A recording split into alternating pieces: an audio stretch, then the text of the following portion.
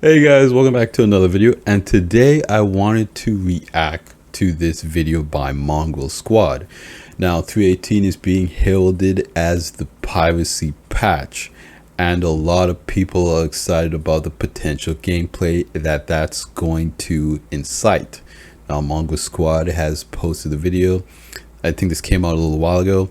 I just finding out about it. So I wanted to do a reaction to it as an industrial main. I love industrial gameplay. I've been doing it for years. I've been involved with the original Jumptown. I play this game way too much, but that's not important right now. So I wanted to react to this video as an industrial player and give you guys my opinion. Now without further ado, let's get right into the video. Let's hear what Mongol Squad has to say.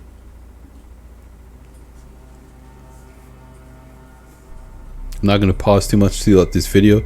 It's a short video, so let's just check it out. There you go. Alpha 318 brings high profit. Okay, so yeah, that's interesting. Doctrine of their own. What do you have to say for us?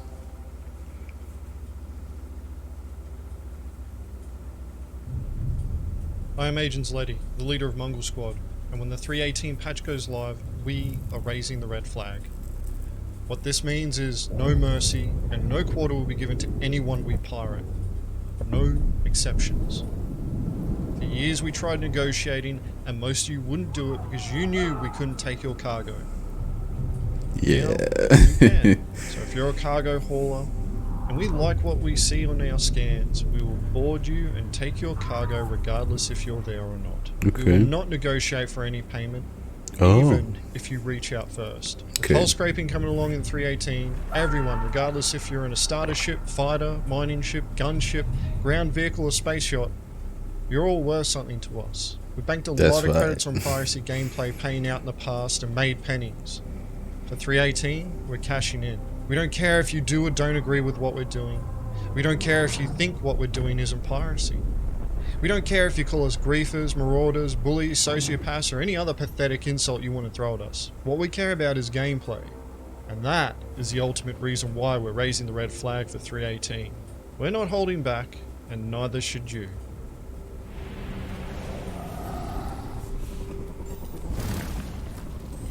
Okay, that was a pretty good video. Short, sweet, to the point. First of all, I want to say I like that video. That video was very spicy. I approve. What he's saying here essentially is that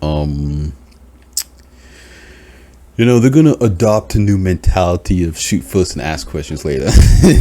And who won't be on board with that? That being said, I kind of want to talk about it a little bit more in detail. Now, I've already seen this video. The truth is, I think it's a pretty interesting topic. I have seen a lot of posts about 318 and the kind of culture that the PvP community is excited about. And I'm excited about it too. Okay, but I want to go into a little bit more detail about it because it's not just Mongol Squad. Recently, I think I also saw Ray's Guide post a video about it too, and I want to talk about Ray's Guide video a little bit too. Now, in Ray's video, he kind of talked about it as a type of person who is interested in piracy gameplay, and Mongol Squad alluded to it in this video. He doesn't really care, what people call them, griefers, whatever. They are interested in gameplay, and that's kind of where I think Ray's Guide video kind of missed the mark.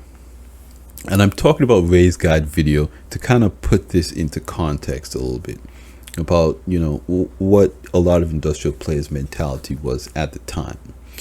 And, where all of that culture came from. Now, we all know Star Citizen is not a finished game, it's an alpha. So the intended gameplay is not in. So what happened was that early pirates developed a code. Essentially, piracy gameplay would be extortion. You go up to a player and you would say, give me this amount of money and I won't blow you up.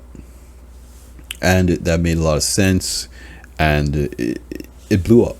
It became popular, and it became the way to do piracy for a long time.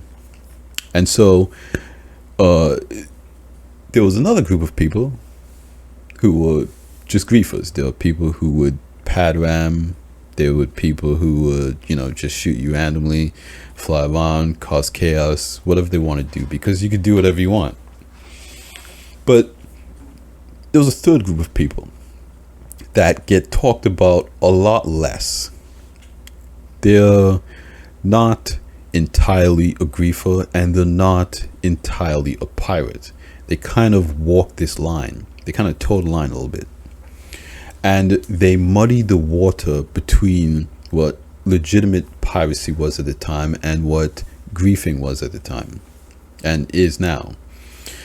People who would kind of, be more interested in, doing a little bit of both. Not,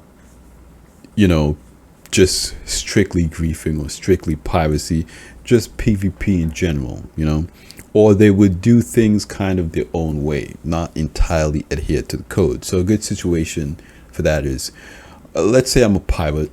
I go up to a player who has cargo and I say, hey dude, you're being pirated. I know what's on your ship. Give me 70,000 UEC and I'll let you go. The player goes, okay, that's a good deal. That way I'm able to get something done today. And I'll give you 70,000 UEC. They send the money. Pirate blows them up anyway. Now, there's nothing wrong with that. I mean, obviously the guy who's the industrial player feels kind of jilted because he lost his cargo. He gave the pirate 70,000 UEC and he wasted his time. That feels bad. So it's understandable. And so that kind of broke the trust between industrial players and legitimate pirates. So a lot of industrial players kind of adopted this mentality of, we can't trust pirates. Screw them. And because the game really doesn't have progression, people play just to have fun. And that mentality kind of sits in the back of your mind all the time. Like, okay, yeah, I'm not playing this game so this person can have fun. I'm playing this game so I can have fun. So this grew into a culture of combat logging. I'm playing for me, I'm not playing for them. It's a bad situation for me if I let them have their way. Okay, I'm not trying to justify this behavior. I'm just trying to cut through the politics and explain the origins of the situation. And if you think about in a climate where YouTubers are posting videos telling players to backspace on landing pads so they don't have to walk into the space station when they're carrying quantanium so the timer doesn't run out, we really can't be surprised that people were developing bad habits. And a lot of those bad habits have to be unlearned because this game is changing and the actual gameplay is going to slowly come online. Now, another part of the problem is that CIG is not crystal clear in the way that they want piracy to be done in the game. Now, they market a lot of ships. Oh, this is they sell this fantasy. This is the solo industrialist ship. Buy the prospector. Go out there on your own and make a lot of money by yourself. Oh, this is the vulture. Buy the vulture and go out there and make a lot of money by yourself. And then the community turns around and says, hey, if you're out here by yourself, you're just asking to get pirated. Get backup. please, you're an idiot if you don't hire protection. And then the industrial player's like, but wait a minute, CIG told me that this ship was the solo thing. Like, what do you mean? It's too information. So what is it? Does CIG intend to promote solo industrial gameplay? Or does solo industrial players have to hire protection whenever they want to do something? Like, which is it? What is the gameplay supposed to look like? We don't know. On top of that, we don't know the benefits and drawbacks to being a pirate.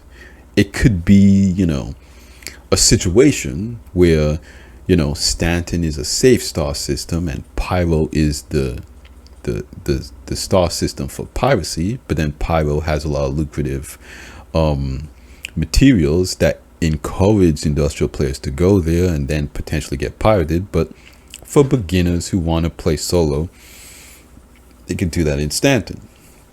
Or it could be a situation where,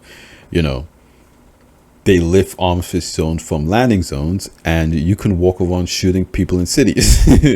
Again, both of these ideas have been thrown around. So the player base isn't exactly sure how to react. Okay. Now, this third group of player that kind of muddies the water between what a legitimate pirate is and what a griefer is kind of a larger group of people than a lot of people assume. Okay, because the reality is no one likes griefers. No one's defending griefers. Pirates aren't defending griefers, and people don't have a problem with legitimate piracy. Piracy is a gameplay loop that was advertised by CIG. It's something that everybody wants, even industrial players. The problem is this third group of people who, again, exist in a gray zone between legitimate pirates and griefers, and they kind of just throw a wrench in the whole situation, doing whatever they want and making it unclear how the game is actually supposed to be played. And because people can't trust these third group of players, they essentially don't want to engage with pirates at all under any circumstances. Now, this is changing with 3.18 because of soft death, the cargo refactor, the death of combat logging to an extent. And in my opinion, this isn't just the golden era of piracy, but the golden era of the art of the negotiation. Again, the reality is we don't know what this gameplay is going to look like, and we don't know what the drawbacks to being a pirate is. Right now, there are no real drawbacks to be a pirate, but it could be a situation where being a pirate means you can't go to Fleet Week. You can't land at any landing zones in Stanton. And you could say, yeah, someone's probably just going to have an alt account with a pirate and a main account with a good player. A lot of people have suggested that as well. But the reality is, if you're interested in piracy, you're going to dedicate to a lot of your account to that. You're going to have Cutlass Black. You may want a Kraken. That's not a small account. That's something that you're going to want to dedicate a level of progression to. That's an account that you're going to invest in. And a lot of people, okay, yeah, I have my good guy account where I walk around and I can engage in Fleet Week. But that progression is something that might not matter early on and might matter later. And hey, for all we know, CIG might want to promote that to be able to sell more starter packs. I don't know. But the reality is we don't know what that gameplay is going to look like. So in my opinion, the only thing that we do know, the only thing that we do have control over is our ability to develop the art of negotiation. Okay? There's no question about it. Mongol Squad are good at what they do. I saw a video series where another org went up against Mongol Squad and not even Avenger Squadron could protect them. They are very skilled in combat. in my opinion, they had a video series, Pirate Academy, kind of teaching players how to get into piracy. And now that pirates have all this leverage to negotiate with, this is a golden opportunity to perfect the art of negotiation. The art of negotiation is something that both sides should encourage. Both sides should promote. Okay? If you're going to, get into the politics of PvP in Star Citizen, the only side you should be on is the side where you promote the art of negotiation. In my opinion, this is where the community can come together and create incredible emergent experiences. I'll give you an example. Let's say I'm a pirate, 318. I go up to someone and say, hey, dude, you're being pirated. I know what's on your ship. Give me 70,000 UEC. Or I'm gonna blow you up. The guy goes, you know what, man? I really want to work with you, but I spent all my money on this cargo. I don't have 70,000 UEC. Pirate has two options here. Pirate can go, I don't care, that's your problem, and blast them. Or the pirate can go, okay, I'm in a good mood today, make it worth my while. What is the industrial player going to say now? Industrial player can say, what number can I come back with that makes sense to make him go away, but doesn't leave me out in the rain? Player comes back and says, okay, I have 52,000 UEC. That's all the money I have. But once I trade this cargo, I can make some of it back. So I'm completely okay with giving this money. I'll give you 52,000 UEC right now, and we'll forget this whole situation ever happened. Pirate has two options again. Pirate can say, nah, that's lame, I'm gonna blast you. Or pirate can say, now we're talking, send me the money and I'll disappear. That is an interesting emergent gameplay situation that players should promote, because again, it promotes that social interaction that is valuable. Go up to a player, start blasting them, they fight back. That's kind of a dime a dozen in my opinion. You're going to get some players who know how to fight back, and you're going to get a lot of players who don't. But it broadens what you're able to do in the game. And in my opinion, the art of the negotiation, the art of kind of convincing somebody to give you money, low threat, is a huge win for a lot of pirates. This isn't a skill that 318 enables. Yeah, you can go out there with 8 gladiuses and spend an hour getting your crew together, gearing up, getting guns to do boarding missions. You can bring a cutlass, an Avenger, all these ships, get gear, and then, to go out there, you see a ship, it's got a bunch of cargo on it, you start shooting, you go in there, anything can happen. It's fun, it's exciting. But again, things go wrong. You get bugged out. At the end of the day, it's still going to take you like an hour to get all the people together to do that. Or you go get a Gladius, get an Avenger, get a Mantis, 2 of your buddies. You see a Caterpillar, dude, give me 50,000 UEC and I won't blow you up. You make 50,000 UEC, you did nothing. This is a huge opportunity for pirates, in my opinion, to make money with less effort. Okay, again, you can put all the effort out there. And again, if you're Mongol Squad, absolutely you're blowing people up without asking questions, because it's content. You're a PvPer, you're in it for the action, you're not in it for the talking. But for other pirates, this third group of pirates, they're not griefers, they're not high professionals like Mongol Squad. This is an opportunity to actually perfect the art of negotiation, to make money from being good at convincing people to give you money. So yeah, that's all I want to say about this video. I think, Mongol Squad, they're going to do what they're going to do. It doesn't really matter. But at the end of the day, I feel like this patch is the patch for the art of negotiation, and I think more players should be focusing on it. I think this third group of PvPer, this person that's kind of in the middle, I think they should take advantage of this patch to perfect the art of negotiation. And I think industrial players should consider negotiating with them. But let me know what you guys think in comments down below. Maybe I'm crazy, maybe I'm stupid. Let me know. Tell me I'm dumb in the comments down below. I love hearing from you guys. I like that Discord. I like that discussion. I think this is an interesting topic. You know, I'm not, you know, trying to be on either side or play the middle or anything like that. I'm just trying to, you know, give you my opinion as an industrial player. I've been in the game for a long time. And again, at the end of the day, I think that the art of negotiation should never be overlooked by either party. I feel like we should promote it. I feel like we should support it. I feel like, you know, engage with people. It's a social game. It's a sandbox. Don't be afraid don't be afraid to get on the mic and spit some bars. Okay.